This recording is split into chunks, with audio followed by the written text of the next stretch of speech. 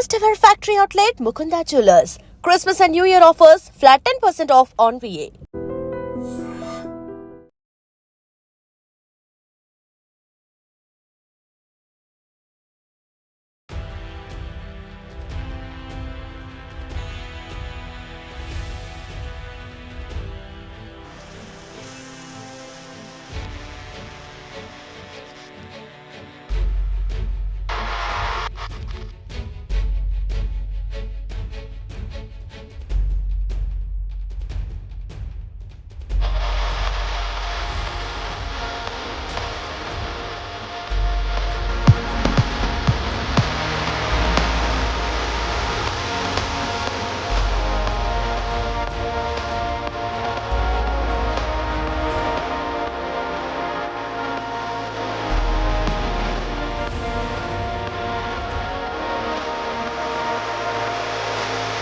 Telugu film chambers కి సంబంధించిన ఎన్నికలు ఈ రోజు జరుగుతున్నాయి. సో ఇక్కడ రెండు ప్యానెల్స్ ప్రధానంగా పోటీ పడుతున్నాయి. ఒకటేమో మన ప్యానెల్, ఇంకోటేమో progressive panel. Progressive panel in the sense చాలా పెద్ద ప్రొడ్యూసర్లు అందులో ఉన్నారు. ఇక మన ప్యానెల్ కి సంబంధించి చూసినట్టయితే చిన్న ప్రొడ్యూసర్లు అంటే పెద్ద ప్రొడ్యూసర్స్ వర్సెస్ చిన్న ప్రొడ్యూసర్స్ అన్నటువంటిగా ఇప్పుడు ఎన్నికలు అయితే సాగుతున్నటువంటి సిచ్యువేషన్ అయితే కనిపిస్తోంది.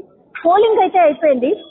జనరల్లీ అయితే లాస్ట్ టైం అంటే 2 ఏళ్ల క్రితం జరిగినటువంటి ఎన్నికల్లో అయితే దగ్గర 25% మనం చూడొచ్చు. సందీప్ కిషన్ ని మనం చూస్తూ ఉన్నాం. అంటే ఇప్పటికైతే ఓటింగ్ అయిపోయి బయటకు వచ్చేసారు.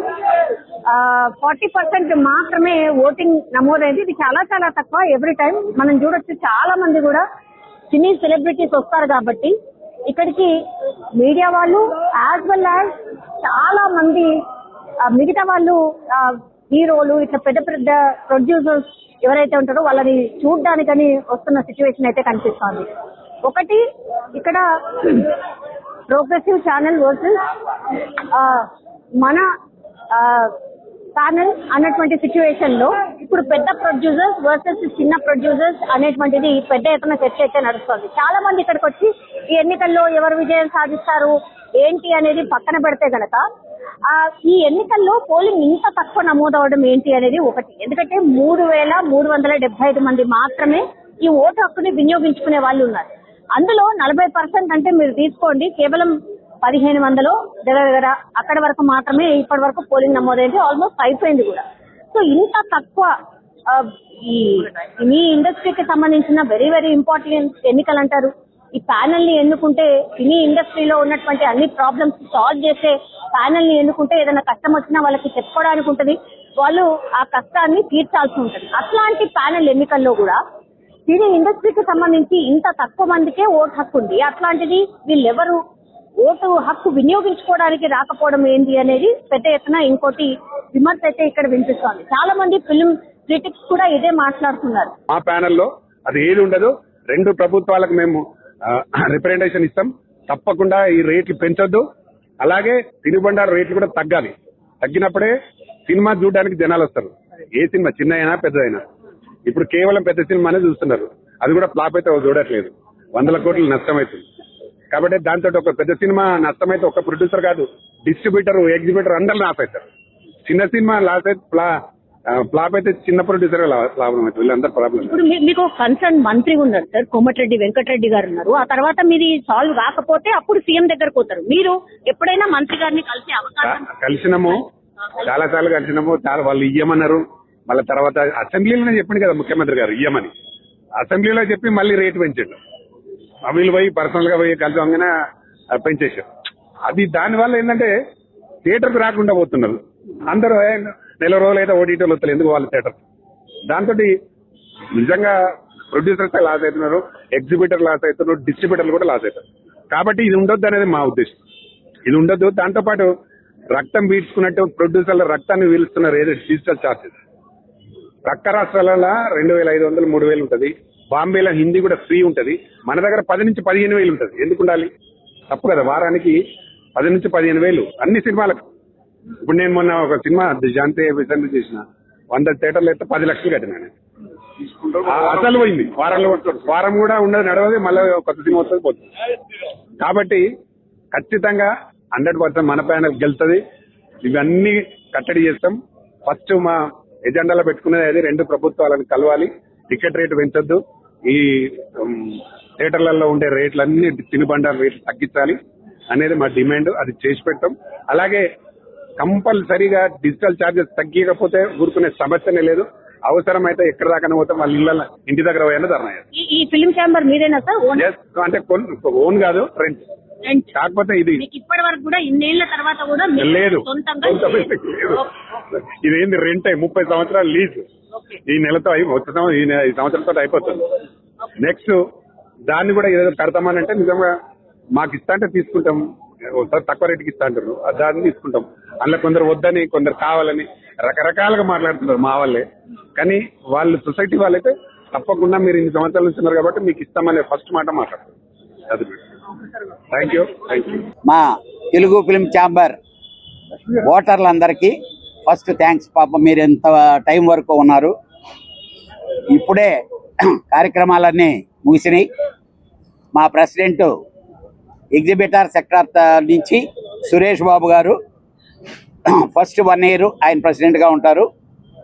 ఆ తర్వాత ఎనానమస్గానే జరగడం జరిగింది. అలానే హైదరాబాద్ ఛాంబర్ సెక్రటరీగా కె అశోక్ కుమార్, ట్రెజరర్గా ముత్యాల రామదాసు, జాయింట్ సెక్రటరీలుగా విజయేందర్ రెడ్డి, మోహన్ ఓట్ల పట్ల, ఇవన్నీ ఎనానమస్గానే జరిగినాయండి.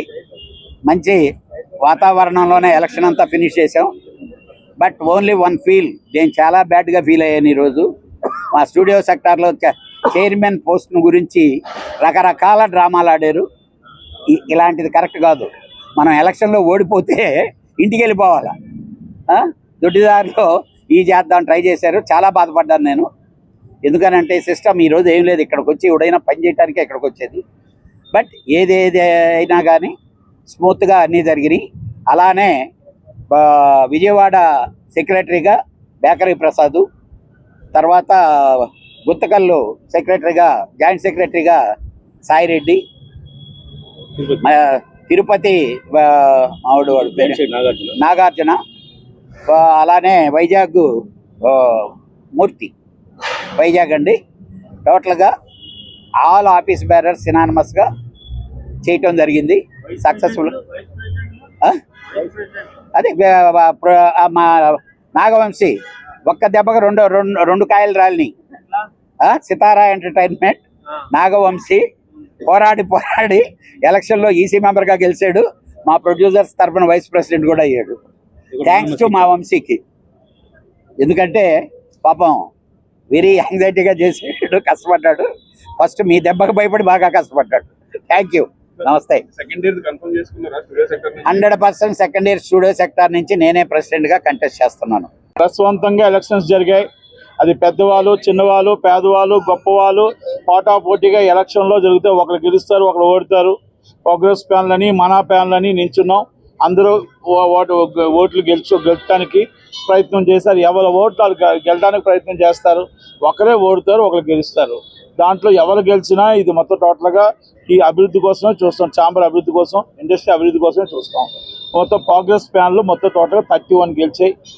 17 మన ప్యాన్లు గెలిచింది. అంటే మొత్తం majority president, chamber president, vice president అని మొత్తం టోటల్గా ఆల్మోస్ట్ అన్నీ కూడా కాంగ్రెస్ ప్యాన్లకు వెళ్ళాయి.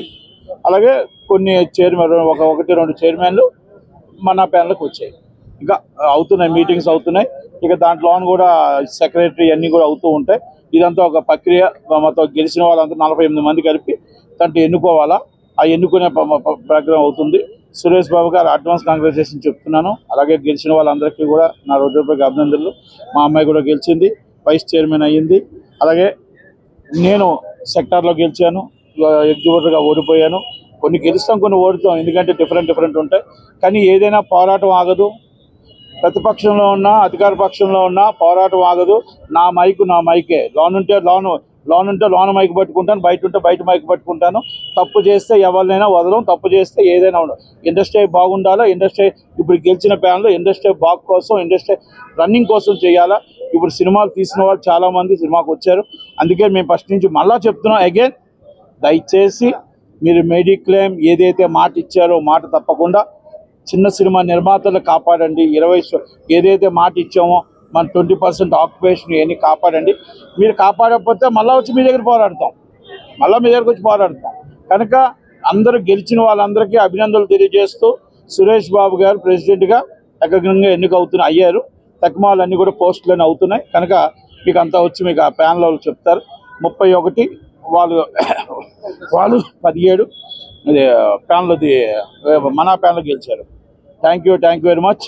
ప్రసన్న గారు గెలిచారు, కళ్యాణ్ గారు గెలిచారు, దాము గారు గెలిచారు, అలాగే భరతభూషణ్ గారు గెలిచారు, చంద్రబాబు శ్రీనివాసరావు గారు గెలిచారు.